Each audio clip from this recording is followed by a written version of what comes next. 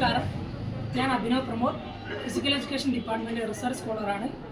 2 ദിവസം മുന്നേ എൻ്റെ ശ്രദ്ധയിൽ women led to development arising concern strategy for Viksit Bharat vision 2047 എന്ന ടോപ്പിക്കിനെ ആസ്പദമാക്കി department of social work department ഒരു 2 ദിന സെമിനാർ നടത്തുന്നുണ്ടെന്ന് അറിയാൻ സാധിക്കുകയുണ്ടായി.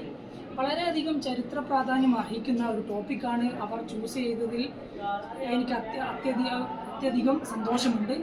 കാരണം എന്തെന്നാൽ ആധുനിക സമൂഹത്തിൽ സ്ത്രീ പുരുഷ സമത്വം എത്രമാത്രം അവകാശപ്പെട്ടിരുന്നാൽ പോലും ഒരു പരിധിവരെ സ്ത്രീയും പുരുഷനും തമ്മിലുള്ള അസമത്വം വളരെ പ്രകടമാണ്.